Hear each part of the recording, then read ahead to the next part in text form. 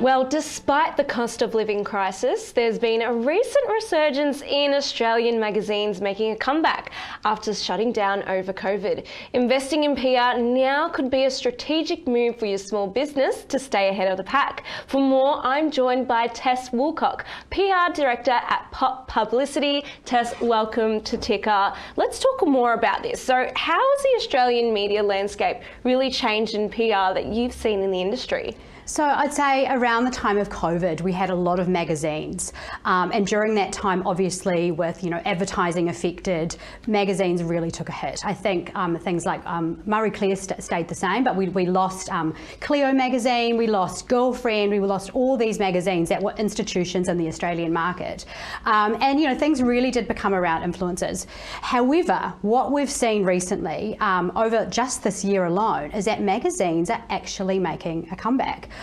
Cosmopolitan, which was a favourite of all of us girls when we were younger, is coming back in, I think it's September, so that's back How on the market. exciting is that, seeing those magazines come back to life as well? And do you feel like a generation has missed as well that hard copy print experience with magazines and growing up with that as well? Absolutely, and I think that's why we've seen this resurgence. It was such a part of us, growing up, having the Girlfriend, having the Cosmo, having the sealed section. It's where we learn all our information from. And nowadays, there's a lot of data out there that shows young people are learning scarily most of their information from TikTok. But it's nice to see that magazines are making a comeback, and it really is great for small businesses and great for brands to really utilise and leverage that. So let's talk about that. Small businesses, how can they really leverage that and really stand out from the rest of the pack, from seeing this resurgence happening? Well, now is really the time, especially with a lot of these titles like Elle Magazine, Australian Women's Health, have all just come back this year. So now is really the time to create those relationships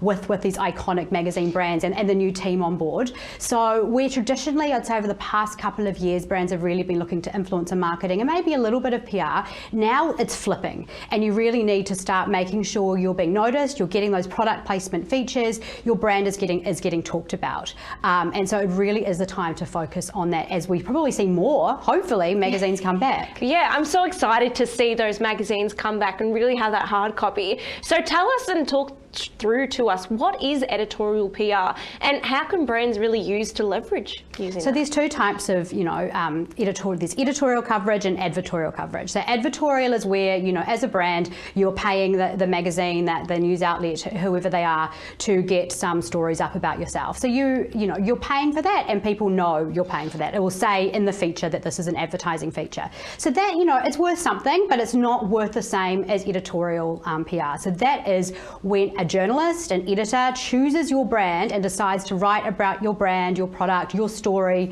your cause, because they think it's interesting, because they like it. And that because they like it is worth a lot in monetary value. So editorial PR is really gives you that credibility piece. So if you can, have on your social channels, on your website, as seen and featured on Vogue, Forbes, that elevates your brand. It's the credibility, It is the credibility, absolutely. So that is kind of the main reason why brands want to do it. And I think now is the time really to focus on that, as we're seeing influencer marketing not as effective as it had been previously. Yeah, so what are the benefits of that editorial PR that we see? So if we are on a cover or having a journalist writing about the stories about your brand, what benefits will you see in your sales as a company? Yeah, so it really does depend on the outlet, and I always tell my clients this as well. That credibility piece is often the main thing you're getting from it. However, there are some outlets like Daily Mail, for example, which is obviously global, and whenever clients are featured there, they will. I had one that had 500 sales after an article. That's incredible. Which is crazy. Which is crazy. So some of the more the digital outlets, I know we're talking about magazines. Definitely do have that, and they can see the click through directly from the articles as well. So yeah, you can get sales, but don't go into it thinking that's why you're doing it. You're doing it for the credibility piece. You're doing it so that your brand is standing out in front of the pack, and if the sales come as well, that's fantastic. It's interesting to see that shift we went from print to digital, and now we're going and stripping it all back and going back to print. What are the benefits in terms of digital PR and print PR? Do you see a significant difference between them? Yeah, I think the thing is we can track digital PR. Like, we know that the click-throughs come through because there's a tracking there, where with a magazine, you don't know. You don't know who's seen it. It could have been in a hair salon. It could have been at a doctor's clinic. Someone could have bought it and passed it around their friends. So we can't actually track if it's converting to sales. We can't really track how well it's doing, but there's nothing nicer, and I know for my clients in particular, like picking up a magazine and flicking the pages and seeing your product there in a beautiful glossy magazine. Having that hard copy. It's just, there's something really rewarding about that, you know, like it's quite meaningful. So, you know, there's that as well. Yeah, exactly right. Well, thank you so much for your time today, Tess. It's really interesting to see and exciting to see. It's an exciting time for all of us. It is an exciting time, it is. Thank you so much for having me. Amazing, thank you.